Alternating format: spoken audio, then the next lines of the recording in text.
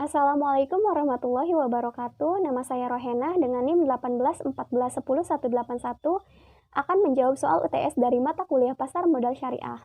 Pertanyaan pertama, jelaskan definisi pasar modal syariah dan ceritakan tonggak sejarah kelahiran Pasar Modal Syariah Indonesia. Pasar modal syariah merupakan tempat yang mempertemukan antara investor, yaitu pihak yang memiliki dana, dengan emiten, yaitu pihak yang membutuhkan dana untuk berinvestasi, di mana dalam pasar modal syariah itu menegakkan prinsip-prinsip syariah, yaitu larangan terhadap transaksi yang mengandung unsur maisir, goror, dan riba, serta instrumen yang berada di dalamnya itu sudah memenuhi kriteria halalan toiban. Untuk sejarah pasar modal syariah Indonesia itu dimulai ketika diterbitkannya reksadana syariah pertama oleh Dana Reksa Investment Management, yaitu pada tahun 1997. Pada tahun 1999 dibentuk lembaga yang bertugas untuk mengeluarkan fatwa terkait dengan ekonomi Islam di Indonesia, yaitu DSN MUI.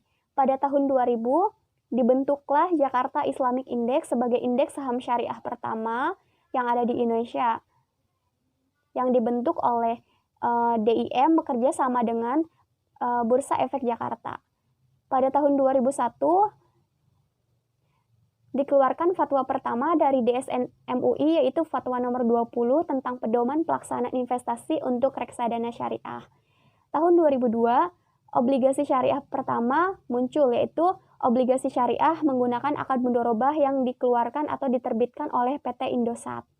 Tahun 2003 dibentuk tim pengembangan pasar modal syariah Indonesia, yaitu bentuk dari kerjasama antara DSN MUI dengan Badan Pengawas Pasar Modal dan Lembaga Keuangan.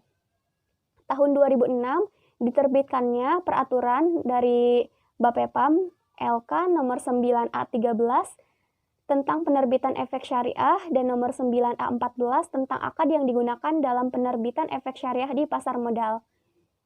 Nah, pada tahun 2008 disahkanlah Undang-Undang nomor 19 tahun 2008 tentang surat berharga syariah nasional, dan pada tahun tersebut pula diterbitkannya SBSN pertama, yaitu oleh pemerintah. Pada tahun 2009 dilakukan penyempurnaan terhadap peraturan Bapepam yang dikeluarkan pada tahun 2006, yaitu peraturan nomor 9A13 dan peraturan nomor 9A14. Pertanyaan yang kedua yaitu jelaskan mengenai perbedaan antara akad musyarakah dan akad mudharabah dalam pasar modal syariah. Nah, di dalam akad musyarakah atau syirkah itu semua pihak yang terlibat di dalamnya sama-sama melakukan penyertaan modal, dan kemudian keuntungan dan kerugiannya juga dibagi bersama-sama atau ditanggung bersama-sama, yaitu sistemnya profit and loss sharing. Jadi contohnya itu seperti saat kita melakukan transaksi saham. Nah, dalam transaksi saham itu keuntungan dan kerugian yang didapatkan oleh perusahaan itu dibagi rata. Jadi sesuai dengan proporsi kepemilikan sahamnya. Sedangkan akad mudharabah itu jadi si sohibul mal atau si pemilik dana saja yang menyertakan modalnya, yang melakukan penyertaan modal. Jadi si mudharib itu hanya bertugas untuk mengelola dana dari si sohibul mal tersebut.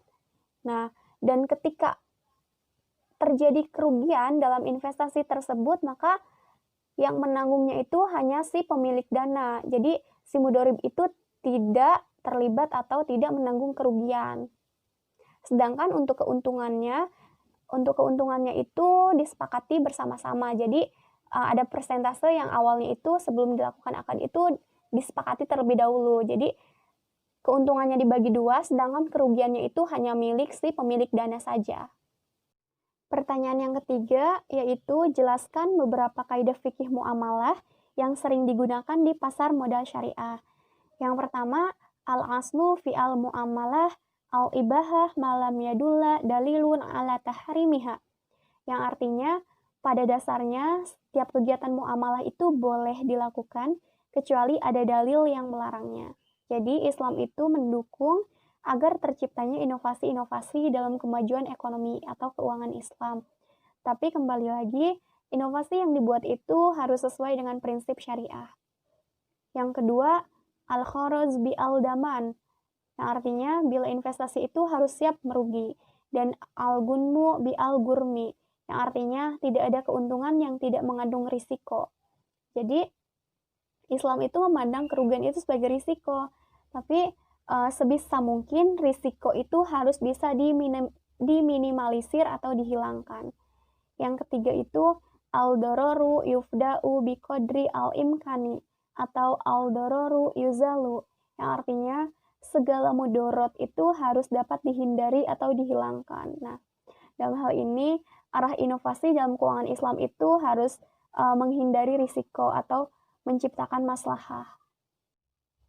Kaidah yang keempat yaitu dar'ul mafasidi aula min jalbi al-masalihi, yang artinya mencegah kerusakan itu harus didahulukan daripada mengambil kemaslahatan. Nah, jadi setiap produk di pasar modal itu harus mengutamakan mencegah kerusakan daripada melihat kemanfaatannya. Bahwa jika ingin mengeluarkan efek atau menerbitkan efek di pasar modal itu sebisa mungkin tidak menimbulkan efek negatif di dalamnya. Kemudian pertanyaan yang keempat, jelaskan definisi dari fatwa dan jelaskan peranan Dewan Syariah Nasional Majelis Ulama Indonesia pada pasar modal syariah. Fatwa itu merupakan pendapat atau penjelasan dari alim ulama terhadap permasalahan dalam penerapan hukum Islam. Fatwa ini biasanya dikeluarkan jika ada pihak yang memintanya untuk menyelesaikan permasalahan. Tapi terkadang fatwa juga dikeluarkan dengan sendirinya jika terdapat masalah terkait dengan penerapan prinsip Islam.